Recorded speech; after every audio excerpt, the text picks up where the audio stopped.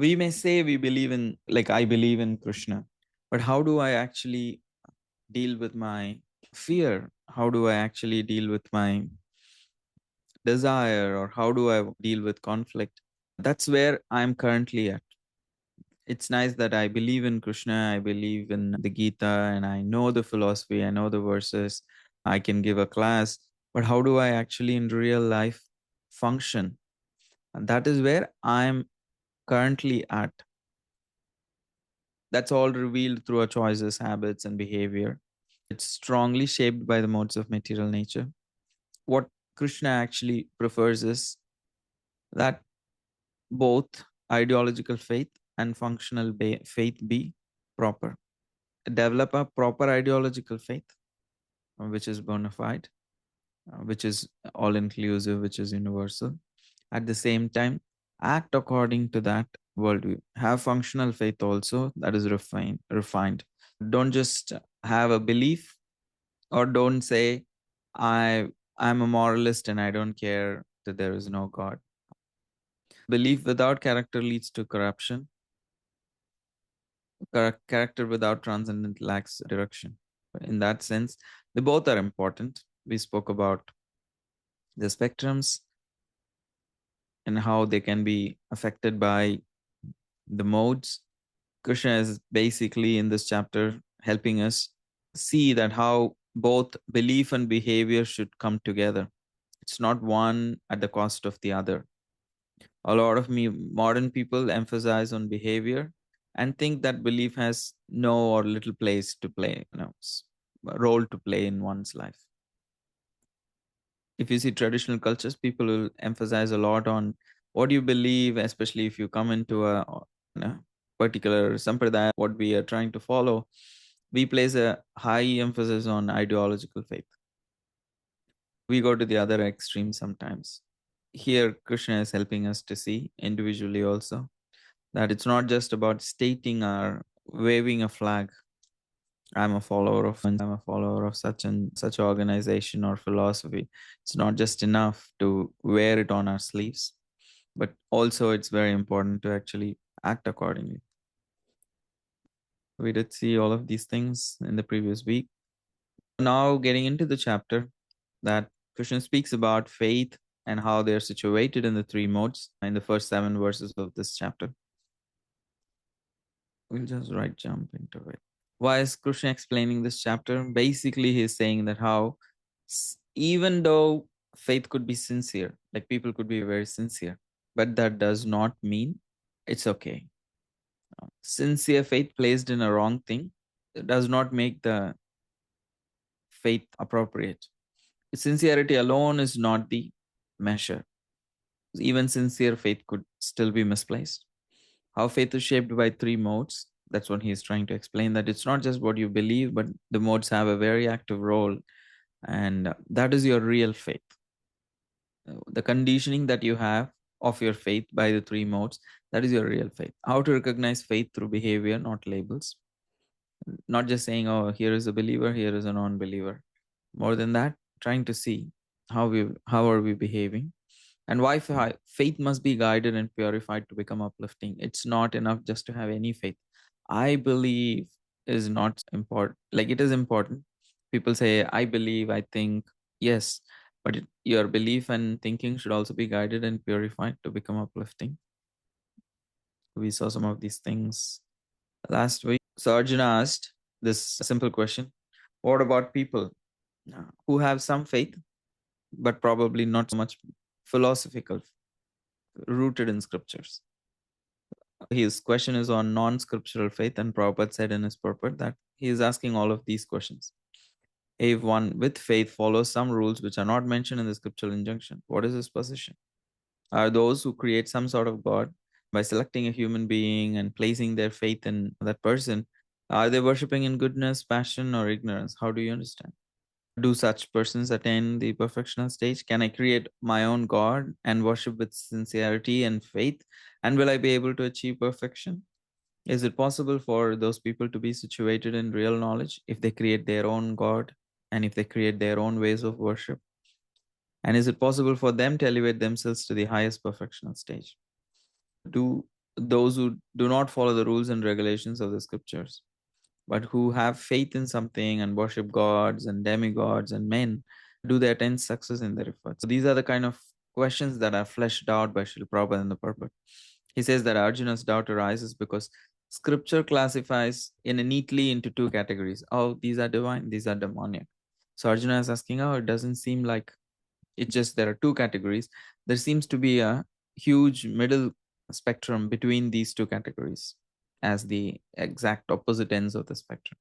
He wants to know whether such worship, people, those who worship with faith but outside scriptural authority, how are they? Are they in mode of goodness, passion, ignorance? Will their path lead them to real knowledge, perfection? All of these are the questions that Arjuna is asking. Good intentions don't guarantee good direction. We saw these things, and today we start from second verse. I'm going to read the Sanskrit for the second verse. If you have your Gita, please use it. Translation. Here in this verse, Krishna is beginning to answer Arjuna's question. It's the Supreme Personality of God said, according to the modes of nature acquired by the embodied soul, one's faith can be of three kinds: in goodness, in passion, or in ignorance. Now hear about this.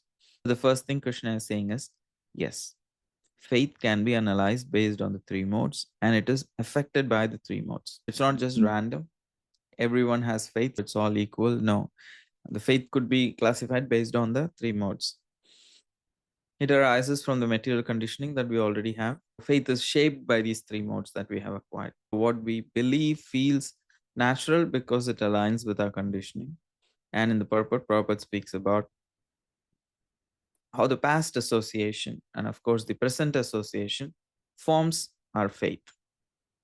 And faith is psychological and moral, not just theological. Blind faith cannot elevate one. Prabhupada speaks about blind faith cannot help a person become elevated.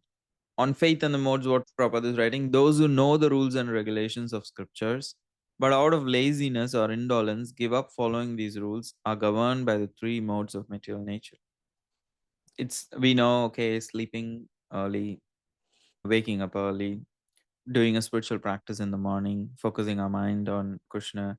These things actually are helpful. But if we are lazy and if we are careless, then what happens is like we become taken over by the three modes. Then whatever is we are doing, maybe we are wasting our time late in the night, just not feeling like going to sleep, just like spending our time in phone or speaking to people, this and that. If you're just hanging out, just killing time late at night, then it's going to affect. We'll be taken over by the modes of the nature at whatever is governing that particular time period, place, our association, what we are interacting with. Based on that, we will become affected. We are not immune to the three modes. And Prabhupada is saying, according to their previous activities, they acquire a nature which is of a specific quality. Based on our previous life, whatever karma baggage we have been set aside for this life, we have come with a certain proclivities, we have come with a certain quality. And life is to actually upgrade this. The whole purpose of life is to upgrade the kind of quality that we have actually acquired or we have just are born with. This nature can be changed. Prabhupada is saying this nature can be changed. How if one associates with a bona fide spiritual master and abides by his rules and the scriptures. Basically, the rules given by this guru and the shastra, they are to actually evolve our nature. Blind faith in a particular mode of nature cannot help a person become elevated to the perfectional stage.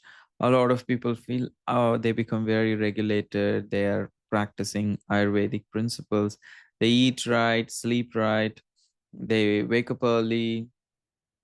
Or on the other hand, there are people who enjoy life based on their own idea and they think, oh, this is really sweet, this is really nice. I have a cozy little apartment, Upper West. I have all the facilities and we feel like a lot of comfort. They think, oh, this is fine. My faith is working. I have money, I have influence, I have good friends, I have good social circle. People look at me. as a successful person, whatever I think, my worldview is right. Faith is produced by the modes of material nature acquired through past association. The current faith we have is either in this life or in the previous lives. We have had some past interactions and associations. Based on that, we have a certain faith. Especially, we are speaking about functional faith. Even before whatever we may claim to believe, I may claim that I'm a devotee of Krishna, I'm a follower of ISKCON, Srila Prabhupada, and all these things.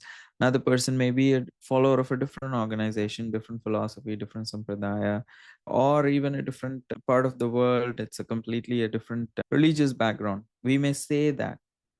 However, all of us have acquired some faith based on a past association. Sometimes we could see people belonging to the same faith, claiming to professing that they claim to be part of the same faith. They behave differently. But sometimes people of different faiths may behave similarly. Even those who know scripture but neglected due to laziness remain governed by the modes. One's nature is shaped by long-standing association with goodness, passion, or ignorance. However, this nature is not fixed. It's not that I was born very passionate. I'll be just like this. I cannot actually change. A lot of people, a lot of us, we honestly think, oh, I'm lazy. I've been like this all my life. I've been like this, restless, or I have been like very disinterested, or I have been like very greedy, or whatever people may think, ambitious. My nature, I cannot actually change it. This is how I am. By associating with a proper spiritual master and following the scripture, one can rise to a higher mode. If someone says, I am predominantly in mode of ignorance, bhakti is not for me. No, if you practice, you will gradually rise. You'll gradually rise to the higher mode. And by coming into mode of goodness gradually, we'll be able to elevate ourselves further. Blind faith cannot elevate one to perfection. Careful consideration under proper guidance is required. Your operating system shapes your experience. It's like we may have a certain phone, and people, like be it Android or iOS, they release new operating systems. They say, okay, you have the same hardware and you can actually upgrade it. But the same app can behave differently on different operating systems because of the modes. And or it could be an outdated system. Still, the app sometimes function, but not fully. In this way, we have a certain mode. Depending on that, our faith mm, is different. And depending on that, our experiences will be different. If I live in mode of passion, my experience of the world will be very different. If I live in mode of goodness, my experience of the world will be different. So the three modes act like the operating system. We could upgrade it, we could change it. Before judging our belief, we need to understand that the belief or faith is usually conditioned by the three modes. Without understanding that, then we will just be stuck in the labels. Anyone has anything to share, ask? I have a question because last time when we said that devotional service it has very little to do with our past life, and it's mostly through the mercy of the devotees that we come in contact with. Then cannot we say the same about faith? Or because when you said that it has connection with our past life. That's a good question, Purva. That's a good question. What we are saying is, say, for example, we buy a seed from the shop and we come home and we sow the seed. The seed is same, but your soil could be different. Each one's soil could be different. Similarly, the bhakti beej, the seed of devotion that we receive it from the association of another devotee. However, it's planted in our own heart. Whatever is the current state of heart, in that the seed will try to grow. If the soil is very fertile, if the heart is very grateful, humble, very very patient, and all of these good qualities are there, very enthusiastic, if all the good qualities are there, then the seed will really flourish very well. But if my heart is like, I have received bhakti, I have become a devotee, I have faith, I have developed faith in Krishna, I have developed faith in Guru and all that. But if my heart is still duplicitous, I'm political, I create trouble, it's hard to deal with me, I'm egoistic, then you will see how the bhakti manifests. It will not be the very same. Yes, our devotion comes from association of a devotee. But why is our faith is based on the three modes? It's like the soil that we have. The seed is all same, but it depends on the soil in which it is sown. Accordingly, it will grow. If the land is barren and there is no water, then the seed may not fructify. Does it make sense, Purva? Yes, Prabhuji. And then we can say that cases like Valmiki were completely exceptional, isn't it? How? Cases like Valmiki, They are they, exceptional. Yes. yeah, they're exceptional, completely exceptional, isn't it? Yeah, they are very exceptional, because even if, say, for example, someone is in mode of ignorance, but if they have a very strong faith in their guru, which was the case of Valmiki or Brigari, if they had a complete faith and they immediately followed what was told to them, then the the improvement could be very quick. Okay, yeah. That's Okay, what so then Prabhupada this is is what. literally saying. If you look at Prabhupada's words through those stems, which could be a very nice way to actually read Bhagavad Gita. What our Prabhupada is saying here, if you read through the life of Mrigari, then it is simple. He was in a particular mode. He was a hunter who really loved killing animals and seeing and took a sadistic pleasure, masochistic pleasure of them actually struggling, like dying slowly in pain. He was actually enjoying that. And that's a very gross mode of darkness. And of course, as you said, Narada Muni walks in because of his association. He gets the Bhakti Lata Beach. His heart is a very mode of ignorance heart. But however, by the association of Narada Muni, he could quickly transform himself. He immediately abandoned his past ways and he immediately took to what was instructed. That's what Prabhupada was saying, how if under the guidance and the instructions of the scriptures, if someone starts practicing, then they can upgrade their faith. They can upgrade their consciousness. Okay, thank you.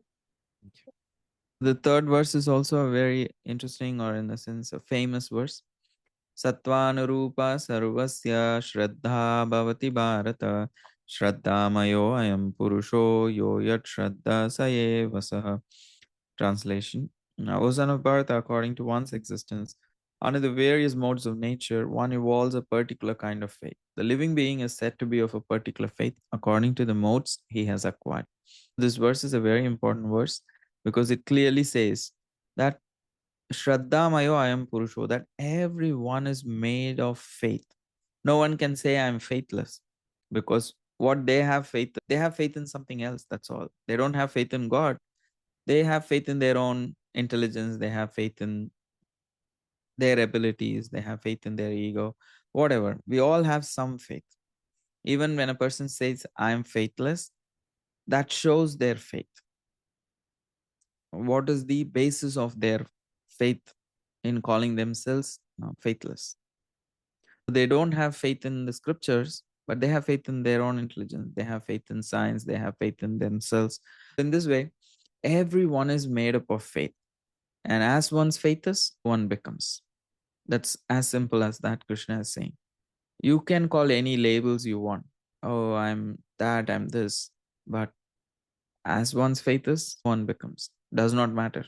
This religion, that religion. Faith shapes one's identity, and association reinforces one's belief. And based on that, whatever faith we have, that defines the direction of life. Here, Krishna explains that faith is not just something we hold, it is something we become. I don't just state, I believe in such and such thing. That's all. I'm faithful now. No, it's not that it's not a very static thing. It's a dynamic thing. Faith is a dynamic thing. It's constantly evolving. And it is helping us evolve. Say, for example, I have faith in Krishna. That kind of is static, like I have accepted. But what is dynamic in it is that faith is actually gradually changing me, is helping me become a different person, is helping me become better. Then it is something we become. Faith is not just a static thing. It has it has a dynamic effect on us. Our inner orientation molds our outer life and future destiny.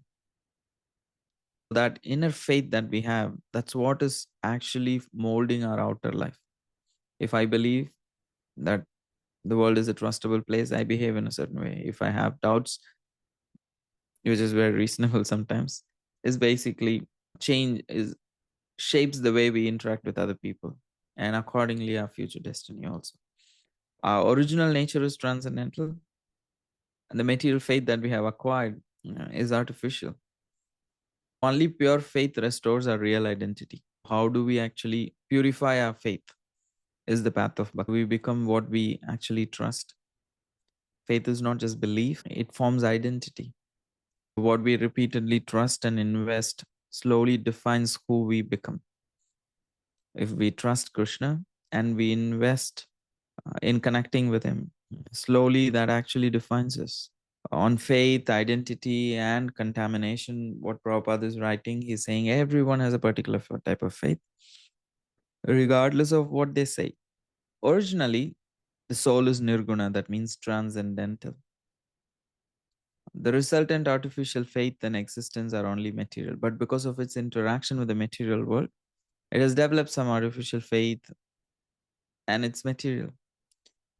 Even including goodness, just the goodness is still material. Prabhupada says pure goodness is transcendental. In purified goodness, one can understand the real nature of the Supreme Lord. That the nature of the pure goodness is it reveals Krishna. It's like gradually peeling layers. The mode of ignorance is like a dark sticker. You peel it. Then you have a slightly translucent slicker, which is passion. You peel it. Then goodness, it's almost clear. But when you actually peel it, then you can actually see the screen. You can see the thing. Recently, I bought, what do you call it? I got a new frame. I made something, put it in that frame. I got a thing and I was looking at it and it was looking not very clear. It was looking weird. And I couldn't figure out because it is glass, plastic looking like glass. And then I realized, oh, it has a layer. It has a very thin layer. I removed one side and I realized, oh, the other side also, it's a very thin plastic layer. Then I removed that and then you could really see them. Otherwise, it wasn't too opaque. You could see through, but it was not very clear. Similarly, as you peel the motes, then original nature of the consciousness glows up. As long as one's faith is not completely in purified goodness, the faith is subjected to contamination. That's why we try our best to follow in the footsteps of our spiritual teachers, of the scripture. That way, even when we are still growing, our faith could be on a higher state. If one is situated in Krishna consciousness, then that path is guaranteed for his elevation to the perfectional stage. I have faith in Krishna, Gita, Srila Prabhupada. I can say my faith is transcendental. But my modes I'm not fully purified of the modes. There is a danger that my faith could be subjected to contamination. That's why the more I become situated in my practices, then it's a guarantee that there will be elevation to the perfectional stage. This is a summary of Prabhupada's purport. Everyone possesses faith, but its quality depends on the modes one has acquired. Originally, every living being is transcendental and part of the Supreme Lord. But by forgetting this relationship and associating with material nature, one develops artificial material faith. Such faith is mixed and contaminated. Pure goodness is transcendental and allows real understanding of the Supreme Personality of Godhead. As long as faith is influenced by material modes, it remains imperfect. Only Krishna consciousness guarantees elevation beyond the modes. It's literally what we saw in the previous slide, but that is exactly Prabhupada's words, but this is just a summary. That's why I retained both. Everyone is made of faith. That's what Krishna is saying. Everyone is made of some kind of faith. And okay, how do I know what kind of faith? Then Krishna is speaking about, look at the worship. Look at the worship one is doing. That can actually show their faith, what they actually believe in. Fourth verse is Yajante Satvika Devan Eksharaksham Sirajasa Pretan Bhutaganam Shanye Yajante Tamasa Jana. Men in the mode of goodness worship the demigods, those in the mode of passion worship the demons, and those in the mode of ignorance worship ghosts and spirits. Worship is a result of one's consciousness. What do you have faith in? What is your worldview subtly? Accordingly, you worship. Different modes help make us choose different objects of worship. God is one, there is only one supreme. However, the perception of that ultimate reality varies from person to person depending on their consciousness. Naturally, what one worships reveals one's level of awareness. The object of worship is not usually arbitrary. It reflects the quality of faith we have, the inner values, the fears, the aspirations that we all have, that is revealed by the object of worship that we choose. Even if different people may worship the same object of worship, like a lot of us are worshiping Krishna, still our consciousness could be very different, because based on our inner values, fears, and aspirations, we may approach Krishna in a different mood. Each one of us may approach Krishna differently because of the inner values and fears and aspirations we have. In the purport, Prabhupada is writing that how scripturally only the Supreme is worshipable, only the Supreme Lord is worshipable. However, there are many non-scriptural worship which reflects their consciousness, confused consciousness. And he says, the advantage of taking up to pure worship is that it purifies one's consciousness. As we saw, only the Supreme Personality of God is worshipable. Those who are not very conversant with the scriptural injunction worship different objects. Those who are in the mode of passion and ignorance generally select a powerful man to be God. These different kinds of worship are not actually God worship. When a man is situated in pure goodness, he worships Vasudev. The different qualities of the material modes of nature can be purified through association with persons who are of transcendental nature. Again, Prabhupada is emphasizing that whatever quality we may have, it could be purified through our association with the person who has higher mode or pure. Different kinds of worship arise from different modes of nature. I'm sorry, I'm repeating all the summaries are I'm repeating, but I don't want to miss anything from Prabhupada's purpose. All the scripture prescribes worship of the Supreme Lord. If people are influenced by lower modes, they worship different objects. And as we saw, those in goodness worship demigods, those in passion worship powerful human beings or demons, and those in ignorance worship ghosts and or dead spirits. True God worship is possible only in purified goodness. Worship becomes purified through association with transcendental persons and by rising above material modes. Before a few years, I was speaking to, there was a person coming to the program here. I was interacting after the program, and they were saying how they also have been following a certain path and they worship, they have a process of worship.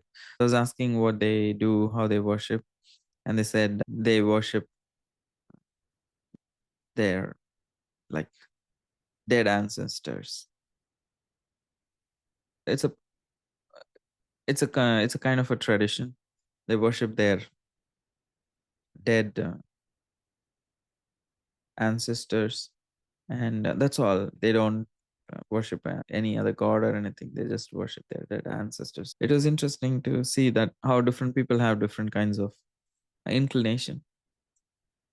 True God worship is possible only in purified goodness. Worship becomes purified through association with transcendental persons and by rising above the three modes. There is some repetition here. The overall idea is faith can be upgraded through association, and everything depends on what we came with. Still, that could be actually updated and upgraded through our association. Means usually if we want to see what do we have faith in, we may say many things. Just go see your Instagram, your history, or like your YouTube feed. Then, or who are you subscribed to? Who do you actually regularly watch? It tells about us more than what our bio might tell, because that's our faith. That's where we are. What we actually glorify shapes us very much. Worship is not just doing rituals. Where is our attention going to? What is the center of our life? That's also worship. It's not just I take an incense and I have pictures and I worship. That's one kind of worship.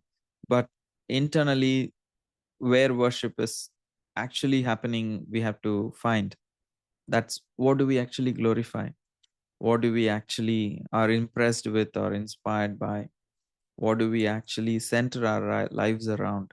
That's what actually is shaping our lives. That's what we are worshiping. The last few verses. And then Krishna speaks how this worship, this austerity, they all can actually turn very dark.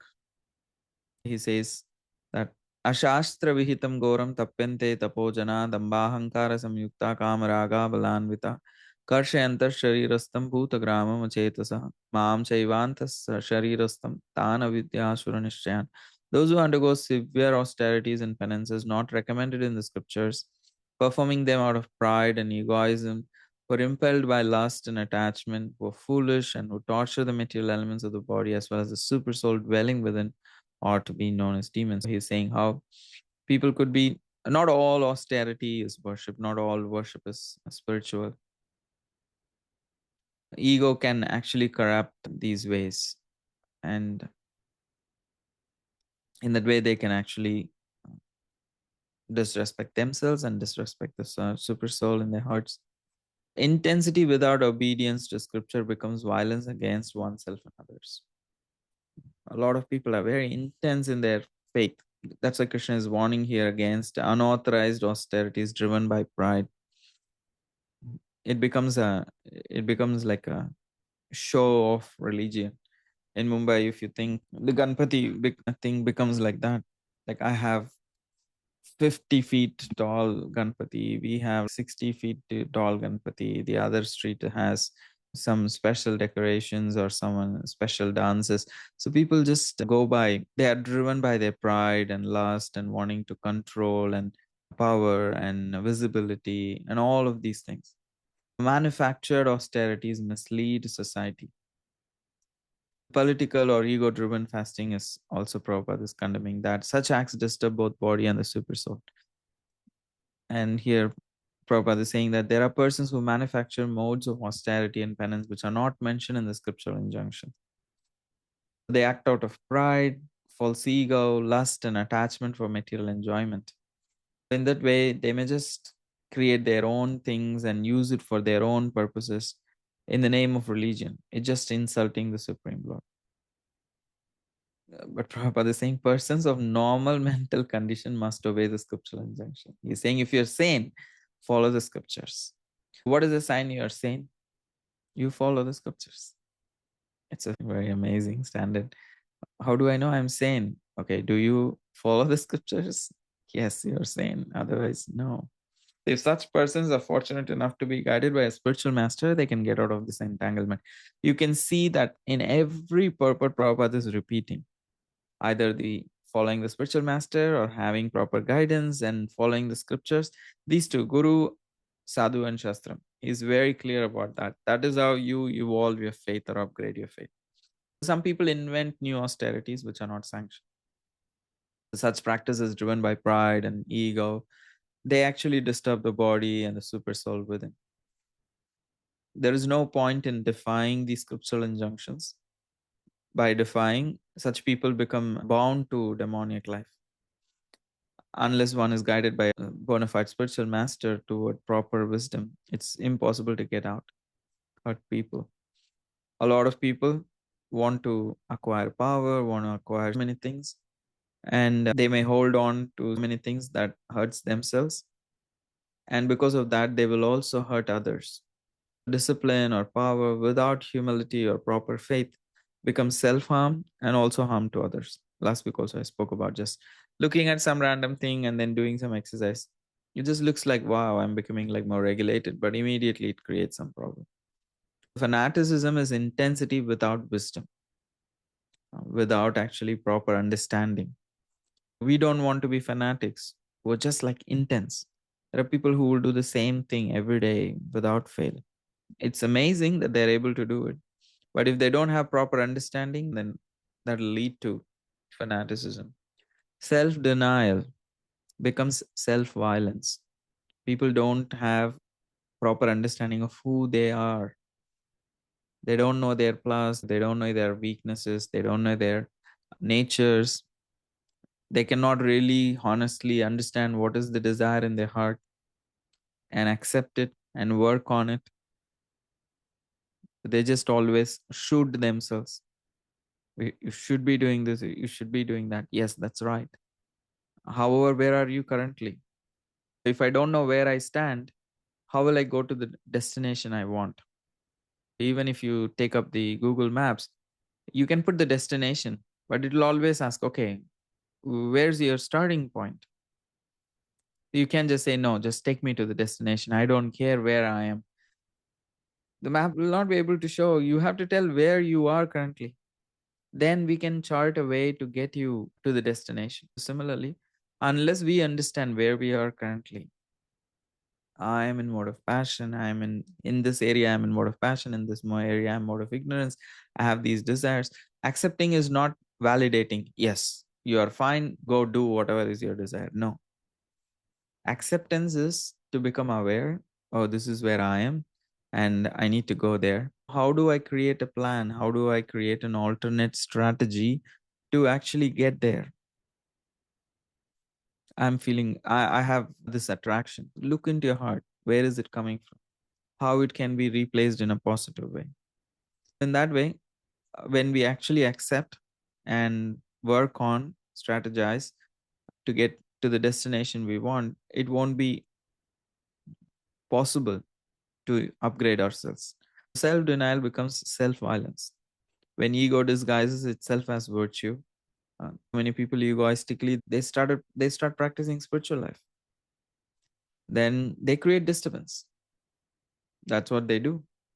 Now or later, they'll become a cause of disturbance. That's why Bhakti Siddhanta said, Shruti Smriti Puranadi Pancharatrika Vidim Vina Harer Bhakti Aikantiki Harer Bhakti Utpat Eva Kalpadesh. He said, without being guided by the scriptures, even if it looks like Hari Bhakti, it eventually creates Utpat Eva Kalpate. It creates disturbance and destruction for oneself and others.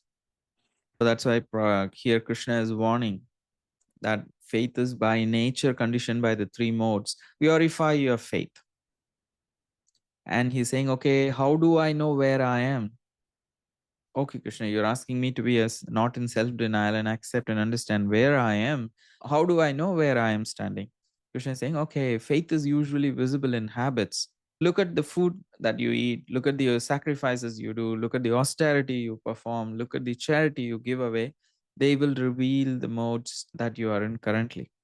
You need to discriminate, with discern how it is, who you are, where you are, and gradually come to the transcendental platform by following a bona fide spiritual master and the scriptures. Krishna transitions from theory to diagnosis. Faith is like not an abstract thing. It is measurable through daily choices. Not all practices are same level. Not like anything goes. Spirituality is not the right thing. It's very misleading. Discernment is a sign of intelligence. I've used the word discrimination. I think now when I look at the slide, it feels like discernment would be a better word. Discrimination is not bad, but it has like a connotation. They're not all conducted on the same level. Not everyone's faith, not everyone's actions, they're all on the same level. No. Those who can understand analytically are actually wise. Those who can see the quality of their faith, others' quality of faith, they are wise. Those who consider all kinds of sacrifice of food or charity to be same cannot discriminate, and they're foolish. Not everything is same. Not every temple is same. Not every path is same. Not every worship is same. Not every god is same. No. These foolish guides are not acting according to the direction of the scripture. They manufacture new things and they mislead people in general. Eating, that is food, sacrifice, austerity, and charity differ according to the modes of material nature. One is acquired, not all on the same level. He says, if what do you mean by intelligent means you are able to distinguish those kinds of faith. Otherwise, people just create and mislead others if they are manufacturing their own faith. Faith leaves footprints. Faith actually shows up in the habits that we have, shows up in the way we live. How we live reveals what we actually trust. We may say many things that we trust in Krishna, this and that, but how we live reveals what we actually trust.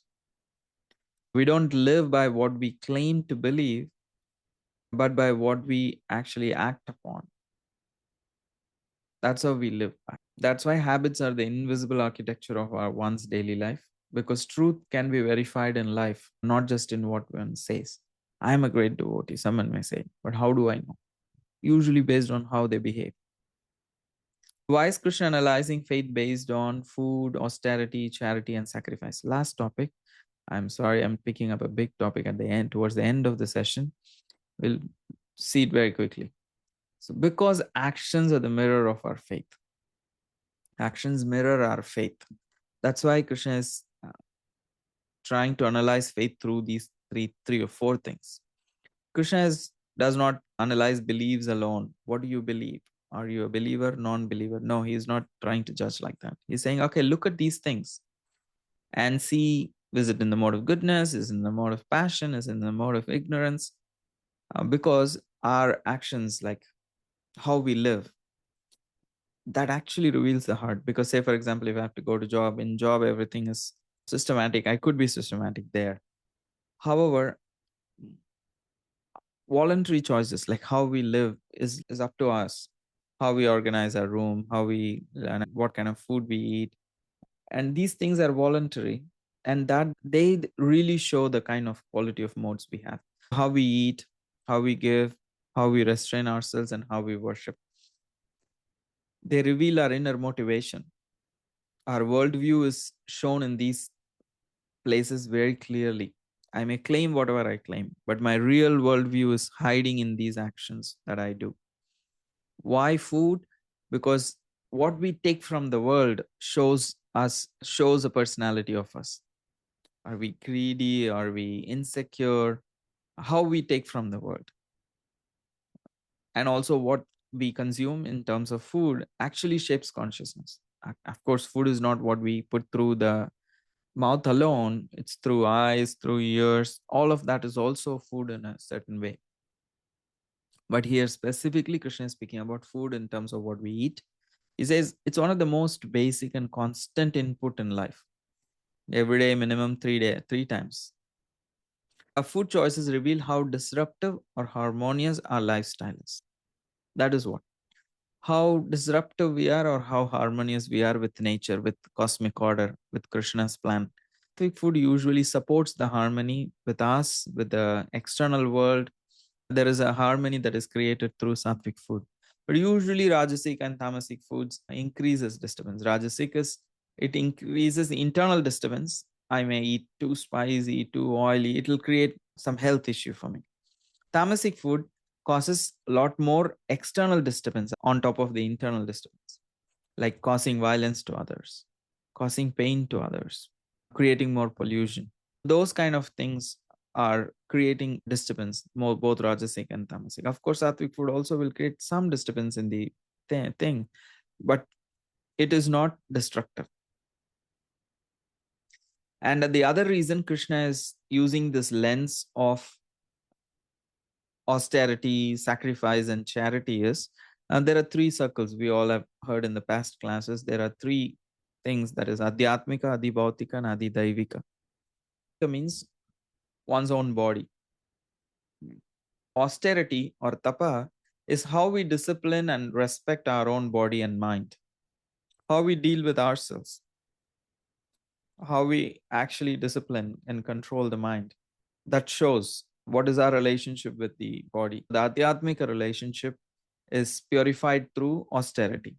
The Adhibhautika relationship, our relationship with others, is how we actually give back to the society, to the people, and the systems that support us.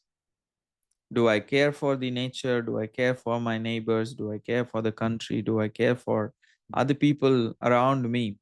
How do I deal with them? Charity means compassion is there in the heart.